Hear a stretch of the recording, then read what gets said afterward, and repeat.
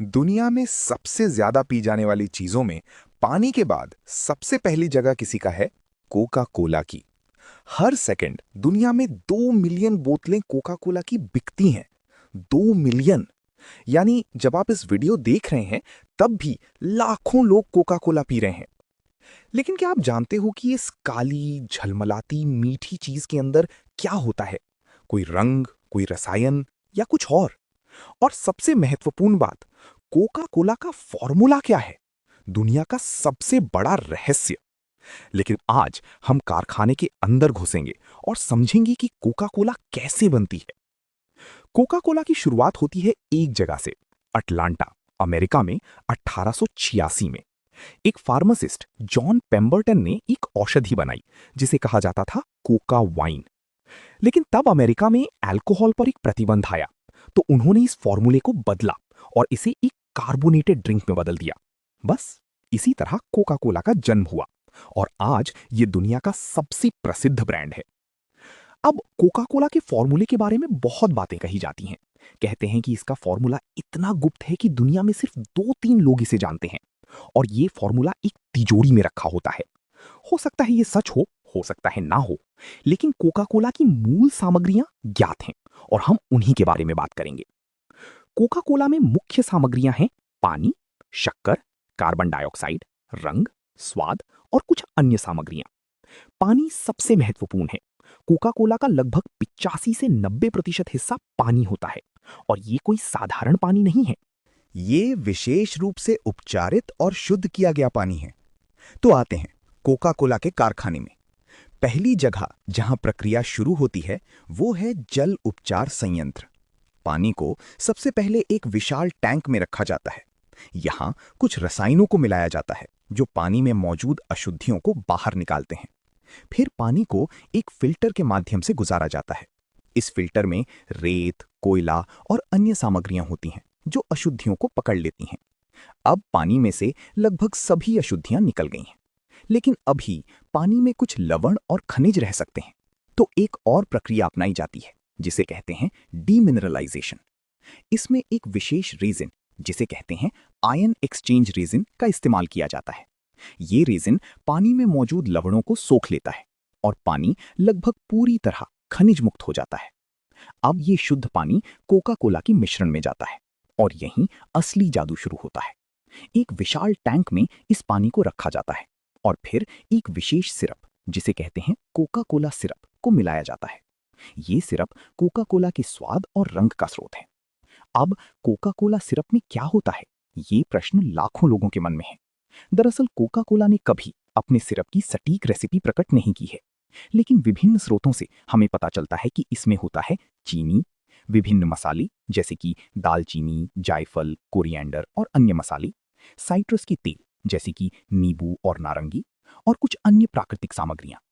पहले Coca Cola में Coca के पत्तों का अर्क भी होता था। यही कारण था कि इसे कोका कहा गया। लेकिन कोका में एक दवा कोकीन होती है जो नशीली है। तो आजकल कोका के पत्तों का अर्क कोकीन को निकालकर इस्तेमाल किया जाता है। लेकिन 1903 के बाद कोका कोला ने कोका के पत्तों का अर्क पूरी तरह हटा दिया। अब सिरप को विभिन्न सामग्रियों के साथ मिलाया जाता है। इसमें कार्बोनेटेड पानी भी शामिल है। कार्बोनेटेड पानी यानी पानी में कार्बन डाइऑक्साइड गैस को घोला गया है। ये गैस कोका कोला को वो झलमलाहट और झुलझुली अनुभूति देती है जो हमें पसंद आती है। अब कार्बन डाइऑक्साइड कहां से आती है? एक विशेष तकनीक से जिसे कहते हैं कार्बोनेशन। सबसे पहले कार्बन डाइऑक्साइड गैस को लिक्विफाई किया जाता है, यानी इसे बेहद दबाव में एक तरल में बदल दिया जाता है। फिर इस लिक्विड कार्बन डाइऑक्साइड को ठंडे पानी में बेहद दबाव में मिलाया जाता है। इससे गैस पानी में घुल जाती है और बस हम पाते हैं कार्बोनेटेड पानी। अब ये कार्बोनेटेड पानी सिरप के साथ एक विशेष अनुपात में मिलाया जाता है। ये अनुपात बहुत महत्वपूर्ण है। अगर सिरप बहुत ज्यादा हो तो कोका कोला बहुत मीठी हो जाएगी, अगर कम हो तो स्वाद नहीं आएगा। इसलिए एक कंप्यूटर नियंत्रित प्रणाली इस अनुपात को बेहद सटीकता से नियंत्रित करती है। अब जब कोका कोला का मिश्रण तैयार हो जाता है तो इसे ठंडा किया जाता है। एक विशाल रेफ्रिजरेशन सिस्टम इसे लगभग 3-4 डिग्री सेल्सियस तक ठंडा करता है। ये ठंडक बेहद महत्वपूर्ण है। क्यों?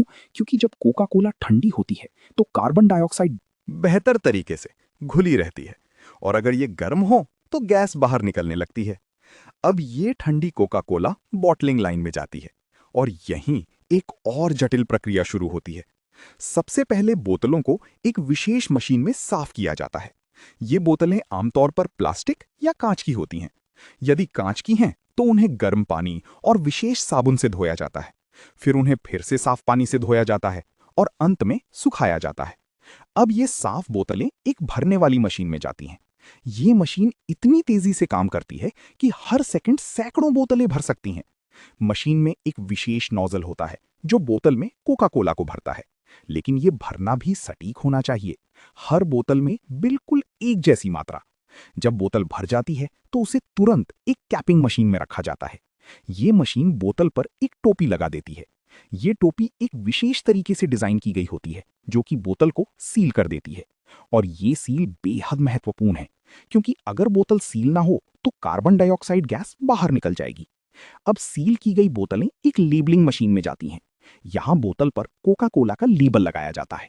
ये लेबल बोतल पर एक विशेष गोंद से चिपकाया जाता है, और ये लेबल बेहद सटीकता से लगाया जाता है ताकि लेबल की स्थिति सभी बोतलों में एक जैसी हो। अब लेबल लगने के बाद बोतलें एक तापमान जांच से गुजरती हैं। यहां सुनिश्चित किया जाता है कि बोतल के अंदर की कोका कोला अभी भी ठंडी है। अगर ये गर्म हो गई होती तो गैस बाहर निकल गई होती और बोतल फट भी सकती थी।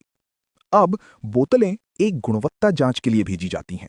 यहाँ कुछ बोतलों को यादृच्छिक रूप से निकाला जाता है और इन्हें विभिन्न परीक्षणों से गुजारा जाता है। पहली परीक्षा है दिखावट जांच। क्या लेबल सही लगा है? क्या बोतल में कोई खरोच तो नहीं? दूसरी परीक्षा है वजन जांच। क्या हर बोतल में बिल्कुल सही मात्रा में कोका कोला है? तीसरी परीक्षा है सील जांच। क्या बोतल सही तरीके से सील हुई है? और चौथी परीक्षा है स्वाद और गुणवत्ता जांच। इसमें बोतल को खोलकर कोका कोला को एक विशेष उपकरण में डाला जाता है।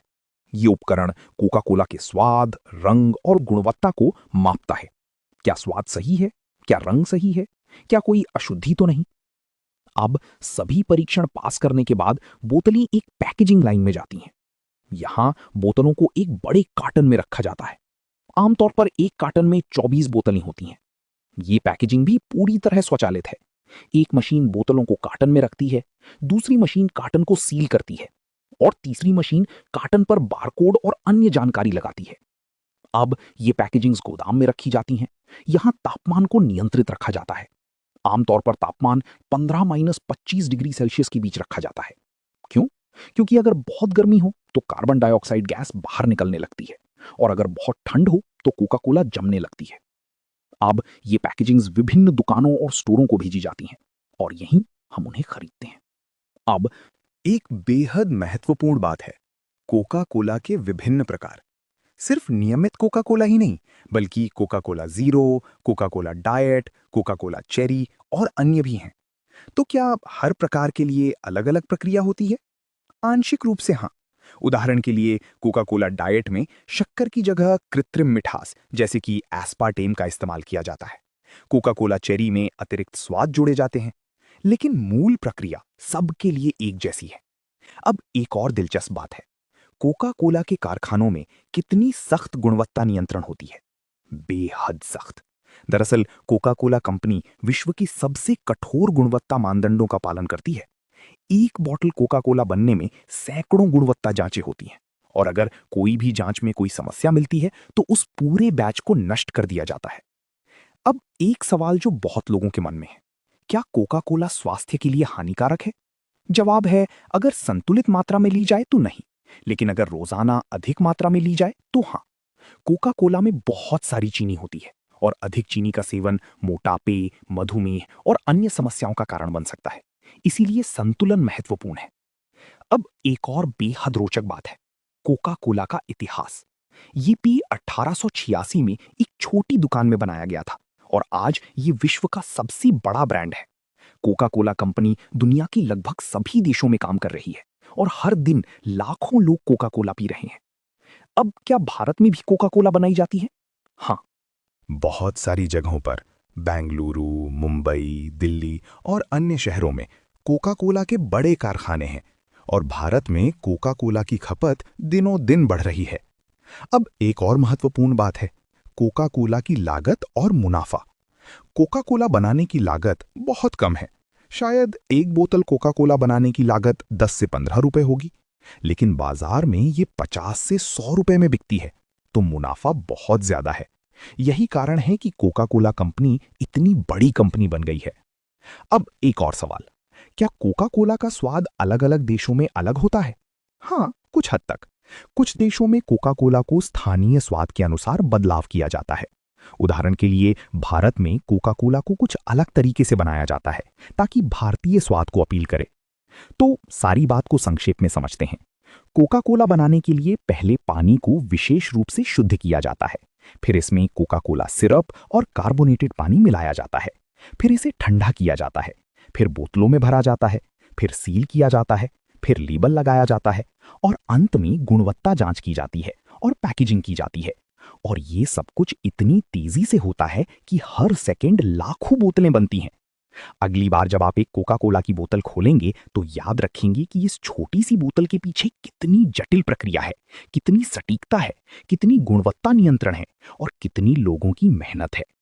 अगर ये वीडियो आपको पसंद आया तो कृपया लाइक करें, कमेंट सेक्शन में बताएं कि आप कोका कोला के बारे में क्या सबसे ज्यादा जानना चाहते हो और चैनल को सब्सक्राइब करें ताकि आप हमारे अगले वीडियो से ना चूकें। धन्यवाद।